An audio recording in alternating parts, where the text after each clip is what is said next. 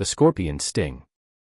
The trucks thundered into San Marcos, heralds of a brutal dawn. Whirlwinds of dust spiraled in their wake, briefly cloaking the black vehicles and the figures clinging to their beds, faces masked, rifles brandished. The first shots ripped through the air, tearing apart the morning's delicate tranquility. A child's keen wail sliced through the fusillade, then others joined, a rising chorus of pure terror. The convoy, a serpent of at least 10 trucks, bifurcated, spreading its venom across the sun-baked streets. Armed men spilled out, boots hitting the ground hard, splintering doors with kicks, loosing volleys into the sky. Old man Rodriguez, etched with wrinkles and stooped with time, observed from his shop's entrance, his eyes reflecting a fear resurrected from the Cristero War. He'd heard the rumors, the chilling sagas of El Mencho's barbarity, towns consumed by the cartel's insatiable appetite. He'd prayed San Marcos would be spared. A youth, scarcely a man, staggered past, clutching a bleeding arm. Rodriguez reached, attempting to draw him inside, but the boy shook his head, his gaze a silent entreaty.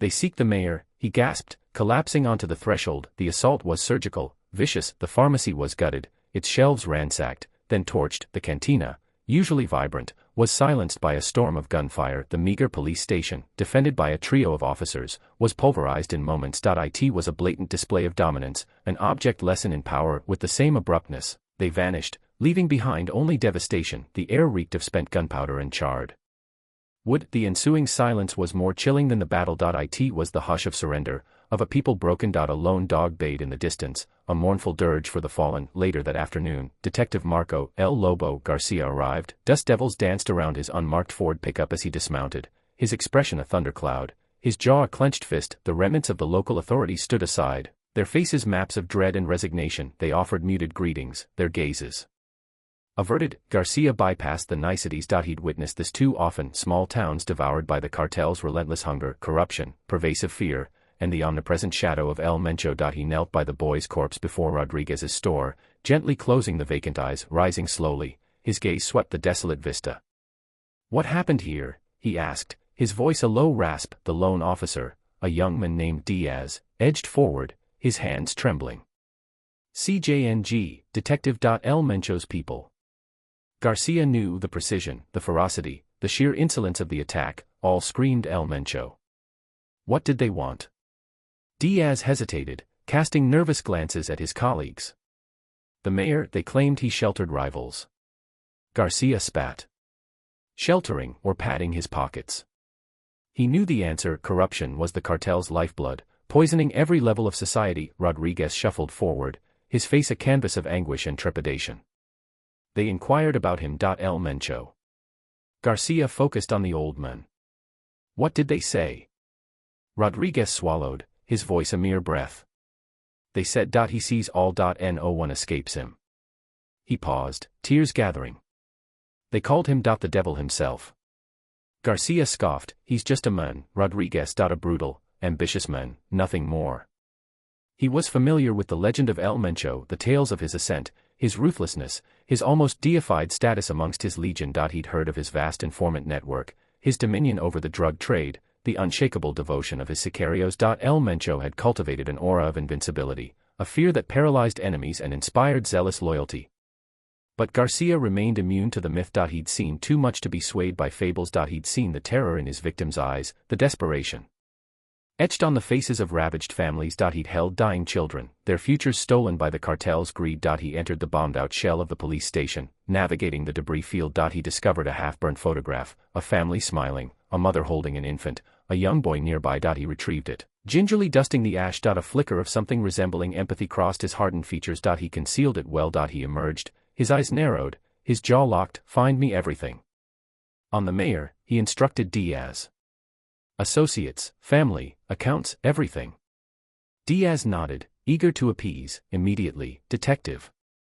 Garcia surveyed the ravaged town, his gaze growing steely. He knew this was merely the prelude. The scorpion had struck, and its venom was spreading. This was no longer about a forgotten town, it was about the very soul of Mexico. This was about El Mencho, and the empire he was constructing on the foundation of blood and fear. His hands clenched into fists. El Mencho wants a war, then he's got one. He turned to the gathering crowd, all eyes fastened upon him, and he knew he had a promise to fulfill. Tell these people I'm here, tell them El Lobo is here, and tell them I won't rest until El Mencho faces justice. The sun scorched his back, the grit swirled at his boots. He was a solitary wolf pitted against a ravenous pack, yet he wouldn't yield. He couldn't. He owed it to the departed, to the survivors, to his nation's very essence. The hunt was on, from Aguililla to America. Red dust billowed around Rubén's ankles as he pursued a skeletal chicken across the cracked earth. Aguililla, a study in deprivation, etched with sun-faded adobe and the vacant stares of its people. Hunger, a pitiless shadow, gnawed constantly. His father, a day laborer battling the unforgiving land, instilled a work ethic as brutal as the sun overhead. But Rubén yearned for something beyond calloused hands and empty bowls. Barely into his teens, the musky sweet reek of marijuana first caught his attention. Near the town's cantina, Don Emilio, with his glinting gold teeth and watchful gaze, took note of Rubén's interest. A few pesos were offered for errands, small deliveries in tightly wrapped burlap. The weight of those packages belied their size, a palpable heaviness. Rubén accepted the task, earning coins warmed by the friction of his palm. Without question, the errands evolved, growing bolder, the parcels larger, the compensation escalating in turn. He mastered the maze of dusty tracks, learned to discern subtle warning signals, and suppressed the whispers of his conscience. The money blunted the edge of hunger, provided sturdy boots in place of tattered sandals, and ignited a spark of hope in his mother's weary eyes. He was no longer just the field hand's son. He was Rubén, the provider. America beckoned, a land of whispered promise. Fortunes minted overnight. A forged birth certificate and a heart ablaze with ambition carried him across the border, shedding Aguililla's dust like a molted skin. He arrived in California, a sensory overload of dazzling lights, roaring engines, and the heady scent of potential. He started at the bottom, washing dishes, mowing lawns, fighting to stay afloat. But the siren call of easy wealth, the irresistible allure of the narcotics trade, proved too strong. A distant relative, a seasoned player in the game, took Rubén under his wing. He absorbed the nuances of the business, mastered the art of negotiation, grasped the pivotal role of loyalty, and witnessed the savage consequences of betrayal. His ascent was swift, fueled by innate intelligence and cold efficiency. He possessed a strategic mind, anticipating rivals' every move, exploiting their vulnerabilities with precision. He wasn't afraid to get his hands dirty, maintaining discipline with an iron resolve. Superiors respected him, subordinates feared him. He luxuriated in the power, the control, the audacious scope of it all. Worn jeans and t-shirts gave way to designer threads, meager meals to lavish dinners. He frequented nightclubs, surrounded by beautiful women, where the air hung thick with expensive cologne and the promise of fleeting gratification. He tasted wealth, and it was addictive. The hungry boy from Aguililla was gone. He was Rubén, a force to be feared. But the American dream proved a capricious mistress. The DEA, its agents tireless and relentless, began to tighten the net. A botched transaction, an informant within his ranks, a convergence of ill fortune, whatever the cause, his carefully constructed empire began to unravel. The gilded cage contracted, pressing in on him. The inevitable crash arrived. A pre-dawn raid, a symphony of sirens and shouts, and the cold bite of steel cuffs on his wrists. Deported back to Mexico, he was stripped bare. Wealth, power, identity all vanished. He landed in Guadalajara, a pariah, a failure etched on his face. But the inner fire remained unquenched. The taste of dominance lingered, the hunger for command still gnawed. He carried valuable lessons learned in America, insights that would prove invaluable. He had glimpsed the sheer scale, the immense profitability, of the drug business. He knew how to organize, how to strategize, how to inspire allegiance, and dread. As he stepped off the plane and onto Mexican soil, Rubén Oseguera Cervantes was no more. He was El Mencho, and his rise would begin anew. This time, he would forge an empire that dwarfed his American exploits. He would exact vengeance on all who had doubted, wronged, or stood against him. He would etch his name into the soul of Mexico, and the world would tremble. The deprivations of Aguililla, the ephemeral riches and ultimate downfall in America, had tempered him into something harder, sharper, more lethal. The rules had changed, and El Mencho was ready to play the vacuum of power. The television screen pulsed with images, opulent mansions seized, their gaudy interiors testaments to narco excess, and blurred mugshots of Joaquin, El Chapo, Guzman, his legendary bravado dissolving into the weariness of captivity. The grim-faced newscaster reported another high-level Sinaloa arrest. The once impregnable empire wasn't collapsing in a cataclysm, but eroding slowly, agonizingly, under the corrosive influence of treachery, internal conflict, and the unrelenting pressure of both Mexican and U.S. law enforcement. A faint smile touched Rubén's lips as he watched. He presided over a long, scarred table within a sanctuary deep in the Jalisco highlands, where the pine-scented air, heavy with the aroma of damp earth, belied the storm brewing within. Gathered around him, his most trusted lieutenants displayed a potent blend of eager anticipation and taut unease. Among them, Javier, El Chacal, Alvarez's dark eyes, like polished obsidian shards, mirrored the flickering glow of the oil lamps. The apex predator is bleeding, Rubén rumbled, his voice a low rasp that sliced through the silence. When that happens, scavengers emerge. He dismissed the television with a flick of his wrist. They're devouring each other, the Guzman siblings warring against Zambada, Damaso Lopez Núñez grasping for territories he has no right to. Javier edged forward, his attention laser-focused. This disarray.it presents an opening, Patron. The smile on Rubén's face widened, revealing teeth that seemed predatory in the dimness. More than that, Javier.it is an outright invitation. A power vacuum, and the universe, it seems, despises a void. He paused, letting his words resonate. We shall fill it not with the petty feuds and endless betrayals of the Sinalones, but with order, with iron discipline, with unadulterated fear. He unfurled a sprawling map of Mexico, its surface a web of demarcated territories. Our expansion thus far has been deliberate, measured, but now, we accelerate. We claim what is rightfully ours. Michoacán is a rich harvest, ready for reaping. Guanajuato, too, with its abundant oil pipelines. We will strangle their lifelines, suffocate their enterprises, and offer our services to those who comprehend the benefits of collaboration. A low hum of excitement rippled through the room. Rubén silenced it with an upraised hand. This will be a brutal climb. The remnants of Sinaloa will contest us, other vultures will circle, seeking to snatch their share, but we are forged differently. We are unbreakable. We are unified. He met each man's gaze in turn, his own unwavering and intense. We are CJNG, and we will not be denied our ascension. The initial clashes were sudden and merciless. Under the cloak of night, CJNG death squads descended upon their rivals in Guadalajara, leaving behind both bodies and a chilling undercurrent of dread. Javier spearheaded the attacks, reveling in the chance to unleash his dormant savagery. He savored the stark terror in his victims' eyes, the desperate pleas for mercy he dismissed with chilling impassivity. To him, each fatality was an affirmation of El Mencho's dominance, a further stride toward the empire he imagined. One particular raid, targeting a small collective of independent smugglers near Lake Chapala, became a grim prototype of CJNG's operational methods. The smugglers, caught utterly unaware, were herded together and subjected to interrogation. Javier, his face a mask of composure, presided over the exercise. He began with their leader, a lean, wiry individual named Miguel, known for his volatile disposition. Where are the rest? Javier inquired, his voice a sibilant whisper. Miguel spat at his feet. Rot in hell, you bastard. A thin, predatory smile etched itself onto Javier's face. He gestured to one of his men, who produced a pair of pliers. We possess ways of loosening your tongue, Miguel. He knelt beside the captured men, his movements unhurried and precise. The screams that ensued shattered the night's stillness, punctuated by Javier's tranquil, almost conversational tone. Later, as the dawn broke, daubing the horizon with strokes of rose and gold, Rubén arrived at the scene. He surveyed the devastation with cool detachment, his expression unreadable. The corpses were arranged in a ghastly display, a stark warning to anyone who dared to question CJNG's ascendancy. He found Javier meticulously cleaning his blade, its surface catching the first light of day. A tad excessive, wouldn't you agree, Javier?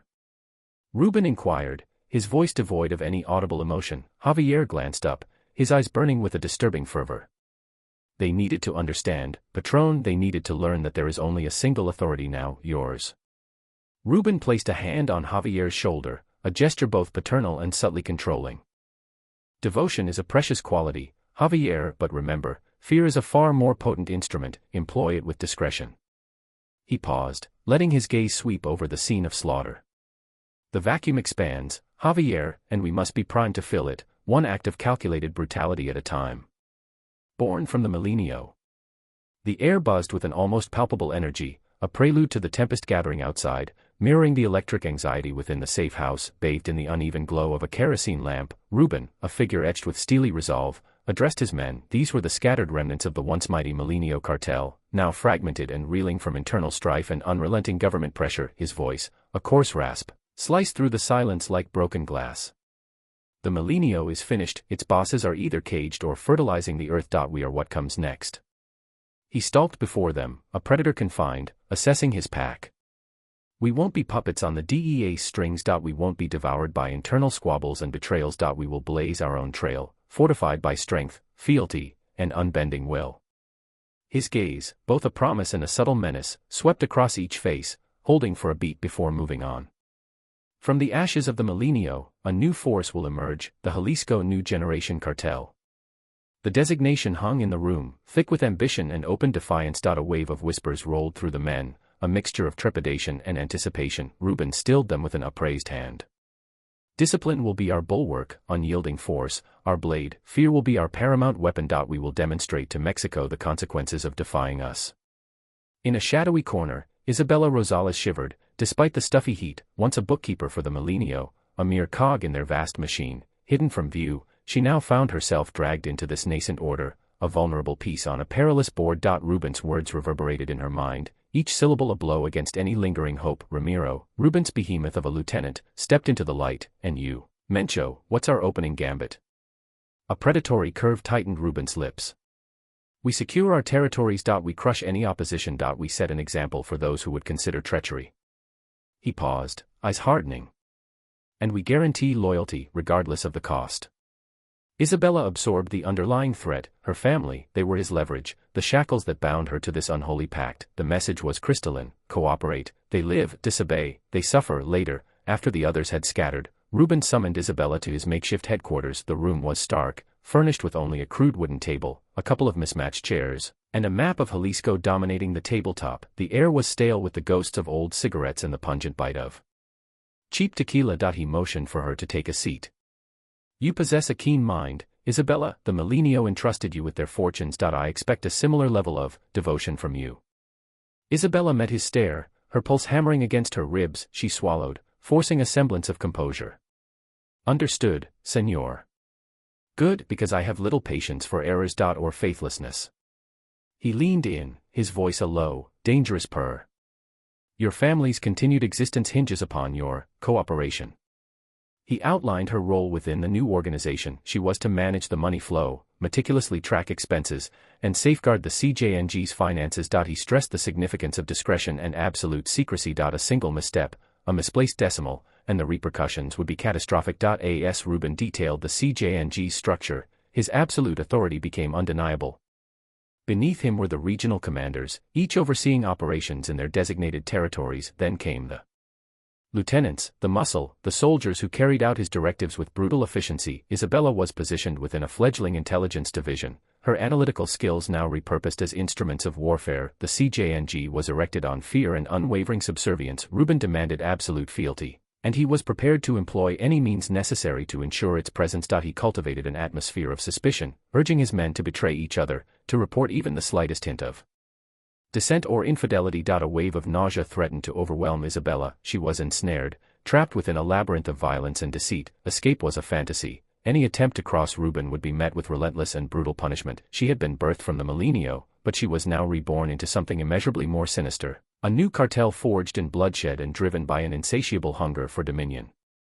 The storm intensified its assault outside, the wind's mournful wail a fitting requiem to her despair. A chilling premonition settled upon her. How long could she possibly endure in this realm of monsters, blood and expansion? The pre-dawn hush shattered as 100 automatic weapons coughed and roared. From his perch on a hill overlooking Guadalajara, El Mencho watched city lights glitter like scattered gems. Below, his soldiers, the CJNG, eradicated the last vestiges of the Valencia cartel's foothold. The assault was precise, merciless. Homes became sieves, streets barricaded by pyres of burning vehicles. The acrid tang of gunfire mingled with the cloying reek of scorched rubber. Scrub every corner, leave no shadow untouched. El Mencho rasped to Javier El Chacal Alvarez, whose face, beside him, was a study in barely leashed savagery. El Chacal, a figure hewn from sinew and shadow, inclined his head, eyes reflecting the inferno. He thrived on this, the orchestrated pandemonium, the controlled descent into brutality. As good as done, Jeef, El Chacal answered, already barking commands into his comms. The deep timbre of his voice, usually a murmur, now sharpened and clicked, conducting a symphony of ruin. This wasn't merely about land, it was a proclamation. A gauntlet thrown. El Mencho forged a new order, one hammered out with bullets and spilled blood. The old ways were dead, allegiance was life, dissent a death warrant. By sunrise, Guadalajara was CJNG property, Valencia cartel corpses paved the streets, a gruesome testament to El Mencho's ambition. He descended, the rising sun painting the skyline in shades of blood orange, mimicking the carnage left in its wake. Accompanied by an escort of heavily armed men, El Mencho entered City Hall. The mayor, a sweating, ashen figure, awaited him in his office, hands trembling like aspen leaves. He'd heard the tales, the whispers of the CJNG's ruthlessness. He knew what awaited. Senor Mayor, El Mencho greeted, his tone deceptively mild. Guadalajara now operates under new management. We anticipate cooperation, discretion, understanding. He set down a weighty briefcase on the mayor's desk, its thud speaking volumes. The mayor swallowed hard, Adam's apple bobbing nervously. Of course, Senor Oseguera, anything you require. Good. We'll be in touch, and remember, El Mencho's gaze became a needle, piercing. Loyalty brings reward, betrayal carries consequences. The spread was inexorable. Hamlet after Hamlet, metropolis after metropolis, succumbed to the CJNG grip. They advanced like a blight, twisting officials, silencing the press, and obliterating anyone who dared stand against them. El Chacal was El Mencho's instrument of choice, the razor that sculpted the CJNG's ascendancy. He managed the elimination of rival leaders, the persuasion of business owners through fear, the application of El Mencho's decree. With chilling efficiency, he carved his way. Leaving a wake of trepidation and broken bodies. One evening, El Chacal received instruction to resolve an obstinate police chief in Puerto Vallarta. The chief, even with constant payments, had grown too inquisitive, too defiant of the CJNG's influence over the coastal city. El Chacal arrived in Puerto Vallarta with a tight crew. He discovered the chief at a neighborhood cantina, enjoying a post-shift drink. El Chacal approached, his expression a blank slate. Chief, El Chacal greeted, his tone almost courteous, bordering on regretful. El Chief sends his regards. The chief, a thick-set man with a bull neck, recognized El Chacal instantly. Color drained from his face, his hand instinctively moving for his sidearm. Too late. El Chacal's men moved with blurring speed, disarming the chief and his guards. The patrons screamed and scattered, the festive atmosphere replaced by a thick cloak of dread. El Chacal didn't hesitate. He drew his own weapon, a suppressed pistol, and delivered a single shot to the chief's skull. He collapsed, his drink leaching into the tiles. Message delivered, El Chacal murmured to his associates, let's move. They departed the cantina, the silence punctuated only by the distant wail of sirens. The CJNG's declaration was distinct, defiance would be answered with immediate and severe payback. El Mencho surveyed a Mexican map, his fingers tracing the growing territory claimed by the CJNG. Each pin signified a city, a village, a sector beneath his control. He was forging an empire, one built on terror and spilled blood. He knew the dangers, the stakes. He understood that each triumph brought him closer to the glare of the authorities, of the United States, yet, he remained resolute. He would not relent until he dominated it all, until he was the reigning monarch. His gaze settled on a snapshot of his family on the desk, his wife and children. This was all for their protection. To secure their future. He would do anything. At any cost. The web of deceit. The ledger was a spiderweb of numbers, each entry a sticky strand connecting the CJNG to a different horror. Isabella traced a finger down a column of figures, each representing a successful shipment of fentanyl precursor chemicals arriving from China. Below that, a network of local businesses, forced to launder money through inflated invoices and ghost employees. Then came the extortion payments, meticulously recorded, protection money extracted from avocado farmers in Michoacán, shopkeepers in Guadalajara, even street vendors in Puerto Vallarta. Each line item was a testament to El Mencho's insatiable appetite, his relentless expansion beyond cocaine and marijuana. Isabella shuddered, the air conditioning in her sterile office doing little to quell the nausea rising in her throat. She was trapped, a bookkeeper of nightmares, across town, in a dimly lit internet cafe. Miguel Raton Fonseca hunched over a cracked laptop screen, his fingers flying across the keyboard. His anxiety was a constant companion, a buzzing in his ears that intensified with every line of code he wrote. Raton, a gifted programmer who had dreamed of building apps to help his community,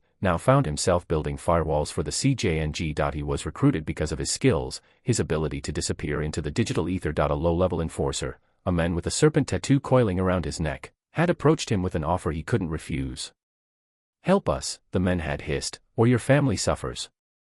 Raton hadn't needed to ask what kind of help. He knew the CJNG wanted to control the flow of information, to track their enemies, to erase their own digital footprints. He was tasked with creating encrypted communication channels, hacking into government databases, and burying the evidence of their crimes. Every line of code felt like a sin, a betrayal of everything he believed in. He told himself it was for his family, that he was protecting them from a fate worse than complicity, but the justifications tasted like ash in his mouth. He took a shaky breath, trying to focus on the task at hand. He was building a program to monitor social media, flagging any posts that mentioned the CJNG, El Mencho, or any of their known associates. The program would automatically report these posts to a designated handler, who would then decide how to silence the threat, whether through intimidation, bribery, or something far more sinister. Suddenly, a blue screen flashed on his laptop. Raton cursed under his breath, slamming his fist on the table. His heart hammered against his ribs. a frantic drumbeat echoing the fear that consumed him. He restarted the machine, his hands slick with sweat. He couldn't afford to fail, not now, not ever. Meanwhile, miles away in the bustling port city of Manzanillo, Sofia Mendoza, a young reporter for a small independent newspaper, was digging into rumors of human trafficking. She'd heard whispers about young women disappearing from impoverished villages, lured by promises of jobs in the city, only to vanish into a network of brothels and forced labor camps controlled by the CJNG. Sofia was idealistic, perhaps naively so. She believed in the power of truth, in the ability of journalism to expose injustice and hold the powerful accountable. She met with families who had lost daughters, sisters, and mothers, their voices choked with grief and fear. They spoke in hushed tones, afraid of retribution, their stories painting a grim picture of desperation and exploitation. One woman, her eyes hollowed by sorrow, clutched Sofia's hand. "They took my Elena," she whispered, "said she was going to work in a restaurant. We haven't heard from her since." Sofia promised to help, to find Elena and bring her home, but she knew the odds were stacked against her. The CJNG's tentacles reached everywhere, silencing dissent and crushing anyone who dared to challenge their authority. Yet, she pressed on, driven by a fierce determination to uncover the truth, to expose the web of deceit that ensnared so many innocent lives. She started by tracking cargo shipments arriving at the port, focusing on containers registered to shell companies with known ties to the cartel. She spent days poring over manifests, cross-referencing names and dates, searching for any clue that might lead her to the missing women. The work was tedious and dangerous, but Sofia refused to be deterred. She knew that every piece of information, no matter how small, could be a lifeline, a chance to bring Elena and others like her back from the darkness. She felt the weight of their hopes on her shoulders, a burden she was willing to carry, even if it meant risking everything. Echoes of violence. Sunbeams, fractured by holes in the bakery's facade, illuminated swirling particles of dust.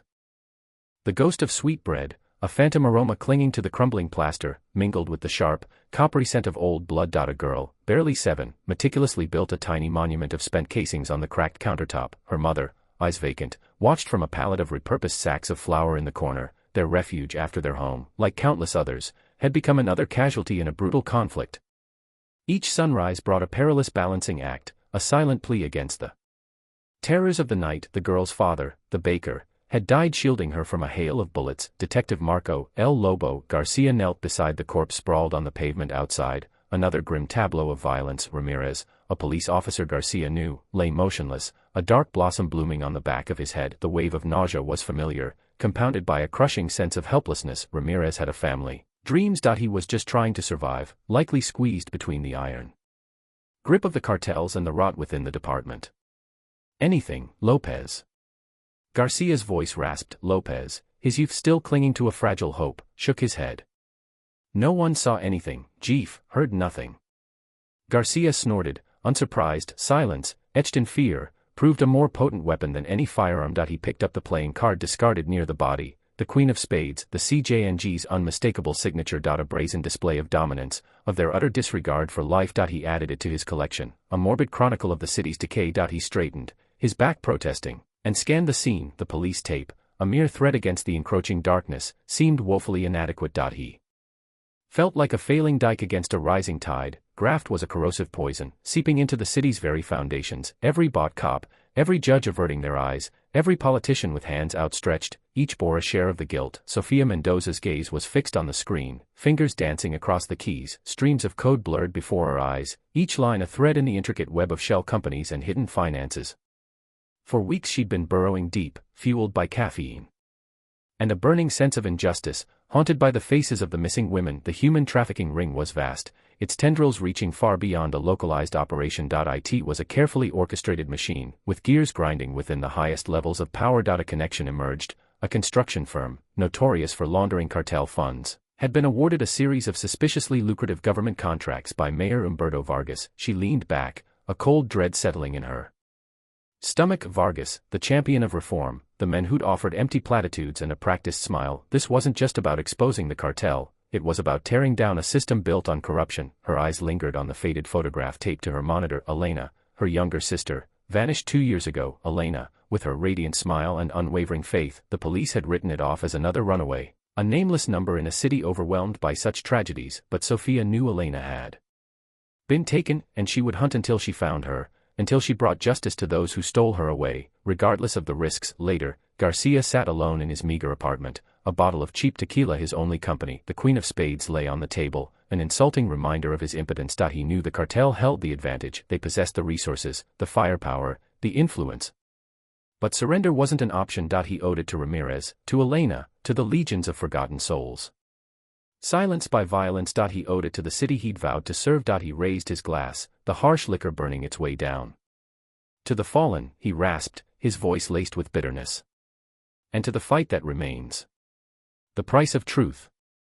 Glass exploded as the bullet struck, peppering Marco's face. He instinctively lowered his head, the shriek of rubber a discordant note against the pursuing engine's thunder. Routine surveillance on a CJNG distributor had dissolved into a high-stakes chase point. Two black SUVs now hemmed him in, their mirrored windows reflecting the oppressive sun like cold, indifferent eyes. He floored it, the Crown Vic straining as he veered, narrowly avoiding a collision with a stationary cab. A quick glance in the shattered mirror revealed the relentless SUV's gaining. His hand instinctively went to his Glock, fingers tightening around the grip. This was more than a simple scare tactic. On her laptop, Sofia's finger traced the screen as she read the comments. A growing dread coiled in her gut. The threats had amplified. They were no longer vague, they were specific, visceral, detailing harm planned for her and her loved ones should she persist.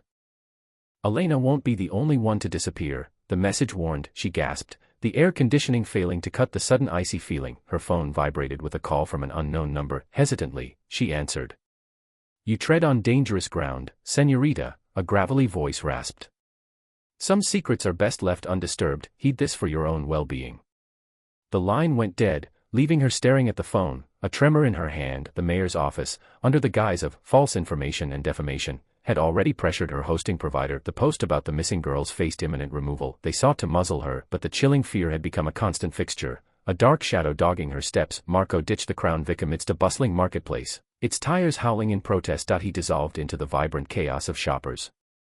The pungent aroma of spices and grilling meat offering a surreal contrast to the surge of adrenaline. He knew they were hunting him. The unseen eyes, predatory and calculating, searched among the faces. A cheap baseball cap and bottled water became his disguise, masking him as just another parched local. Reaching a sanctuary was paramount, a haven to regroup and expose the mole who tipped them off. This was too precise, too swift. Someone within the precinct was feeding information. He spat, a bitter taste coating his tongue. Corruption, a devouring malignancy consuming everything he swore to protect. Sofia, though unnerved, felt a surge of resolve as she confronted her computer. She needed to be clever. Conjecture alone was insufficient. She needed tangible, undeniable proof. But how? She felt painfully alone, a solitary figure against a hidden, immense power. Just then, an email arrived. An anonymous offering. It contained a single piece of evidence, a blurred photograph of Mayor Vargas slipping into a known CJNG safe house. The accompanying text was simple, look for the blue scorpion.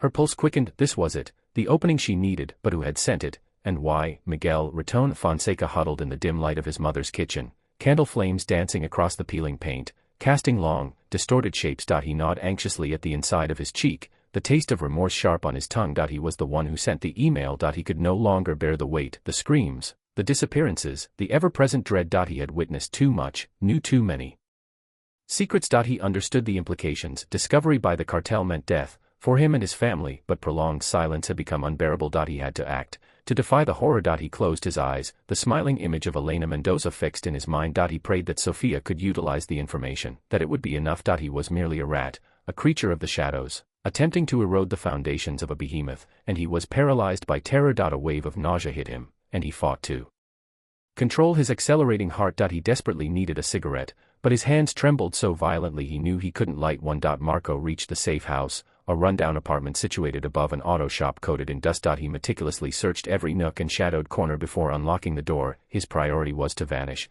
to become a ghost. He needed to unearth the traitor within his team. And when he did, justice would be served. He understood that the price for truth in this city was steep, often extracted in bloodshed and fear. He was prepared to pay, but even so, he wondered if the cost would be too high. The weight of responsibility pressed down on him, the burden of a city submerged in hopelessness. He was only one lone wolf, howling into the void, trying to protect his own, but the darkness was closing in fast, betrayal and reckoning. The Guadalajara safe house reeked of lucre and apprehension. El Mencho, a dormant menace barely masked by composure, observed Hector El Toro Ramirez being frog-marched in. Years of shared meals meant nothing now. Toro's frantic gaze bounced off the walls, avoiding Mencho's like a hot stove. Toro, Mencho's tone held a velvet threat, rumor has it you've been pilfering, siphoning off the lion's share while the pride starves. A falsehood, patron.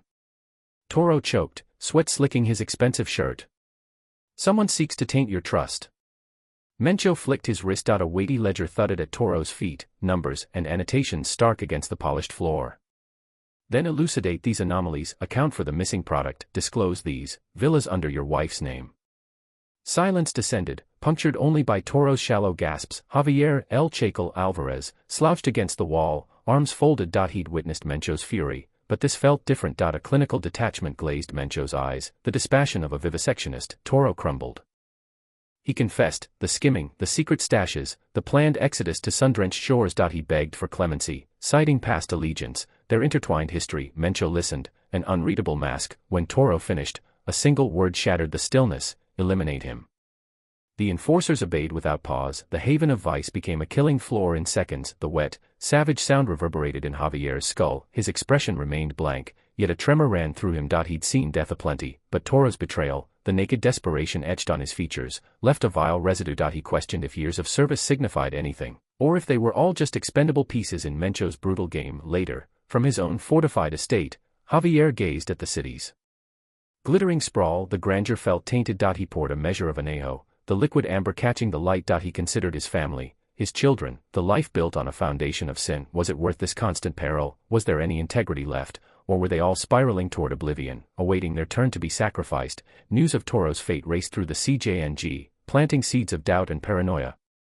Loyalties weakened, murmurs of discontent gained volume. Mencho, sensing the shift, tightened his vice grip, escalating surveillance and demanding unquestioning obedience. Meanwhile, Marco, El Lobo, Garcia and his unit prepped for a bold assault on a ranch believed to be a primary Mencho stronghold. The intelligence, a mosaic of intercepted chatter and anonymous tips from Raton, depicted a fortress, bristling with defenses and traps. The raid unfolded under the cloak of night.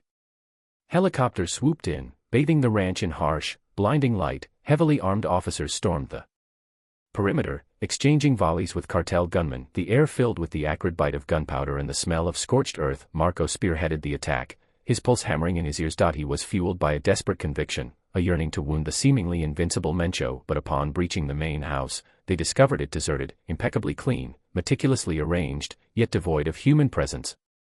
Frustration clawed at Marco. He'd been so certain, so close. As his team secured the grounds, he commenced a painstaking search, tearing down walls, dismantling furniture, driven by a feverish need for answers. He found it concealed beneath a warped floorboard in the library, a solid-state drive. Back at headquarters, forensic specialists toiled to break the encryption. Finally, after grueling hours, they succeeded. The drive spilled its secrets, names, dates, coordinates, financial ledgers, and surveillance footage. A mother lode of insight into the CJNG's operations, but it also exposed a far more sinister truth: evidence of deep-seated corruption within the Mexican government. Politicians, judges, law enforcement officers, all in Mencho's pocket. Marco's face hardened as he absorbed the information. The betrayal stung more than any bullet. He accepted that the fight against the cartel was endless, but witnessing the scope of the corruption, the decay permeating the very pillars of justice, ignited a glacial rage. The ranch raid had failed to capture El Mencho, but it had unveiled the intricate web of collusion that protected him,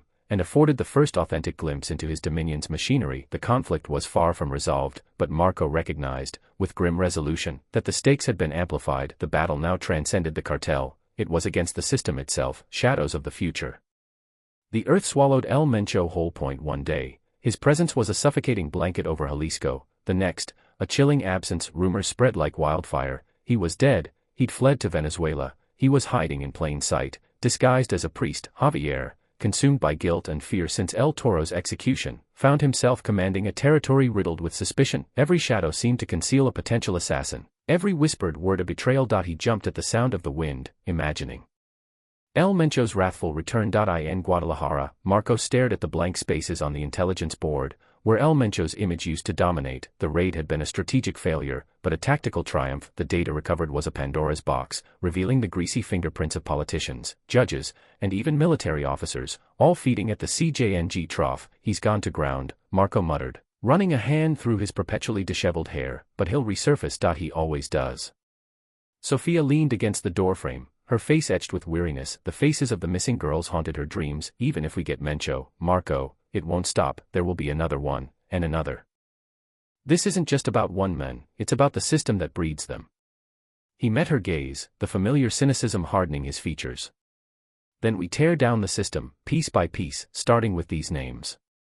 He tapped the file containing the list of corrupt officials. It's going to be a bloodbath. Sofia sighed, pushing away from the doorframe. A different kind of bloodbath, hopefully point one fought with evidence, not bullets. She paused, her voice softening, but even then, what about the future, Marco? What kind of country are we leaving behind? He didn't have an answer. The weight of their Sisyphean task settled heavily on him. He knew that even if they managed to cripple the CJNG, the scars it had inflicted on Mexico would last for generations. The corruption, the violence, the broken families, it was a legacy of despair deep within the gilded cage of her opulent prison. Isabella Rosales meticulously planned her escape. She'd seen too much, knew too much. El Mencho's paranoia had transformed her from a trusted bookkeeper into a liability. She'd watched El Toro's demise, the casual cruelty in El Mencho's eyes, and understood her own days were numbered. She had been meticulously siphoning off small amounts of money, transferring it into untraceable accounts. It was a dangerous game. One slip, and she'd be joining El Toro in the unmarked graves that dotted the Jaliscan landscape, but the fear of staying outweighed the risk of leaving. Tonight was the night. The guards were predictable, their routines ingrained. She'd bribed one of them, a young man named Mateo, with the promise of a new life. He was naive, desperate for a way out of the cartel's clutches. He would leave the back gate unlocked. She packed a small bag with essential documents, a few changes of clothes, and a photograph of her daughter, a constant reminder of what she was fighting for. As she looked around the room, she realized she was leaving behind more than just wealth and comfort. She was leaving behind a life steeped in fear, a life where every shadow held a threat. She took one last look at the opulent surroundings, the gilded mirrors reflecting a woman hardened by years of silent complicity. She no longer recognized the reflection. Outside, the wind howled, a mournful cry that echoed the uncertainty of her future. She stepped into the darkness, trusting Mateo to uphold his end of the bargain. Her heart hammered against her ribs, each beat a desperate plea for survival. In a small village nestled in the mountains of Michoacán, life went on. The scars of cartel violence were visible, bullet-scarred walls, abandoned homes, the haunted eyes of the survivors. But amidst the desolation, there was also a quiet resilience. In the town square, a group of women gathered, their voices rising in song. It was an old folk melody, a lament for the lost, but also a celebration of life. Their voices, though tinged with sadness, were strong and unwavering. They were planting seeds of hope in the barren soil, nurturing a future where their children could grow up without fear. A young girl, no older than 7, clutched a small clay doll, her eyes wide with wonder as she listened to the music. Her grandmother, her face lined with wrinkles that spoke of hardship and loss, smiled gently and stroked her hair. The future was uncertain, but in that moment, as the music filled the air, there was a sense of peace, a flicker of hope that refused to be extinguished. The shadows of the future loomed large, but the spirit of the Mexican people, their unwavering will to survive, burned brighter still.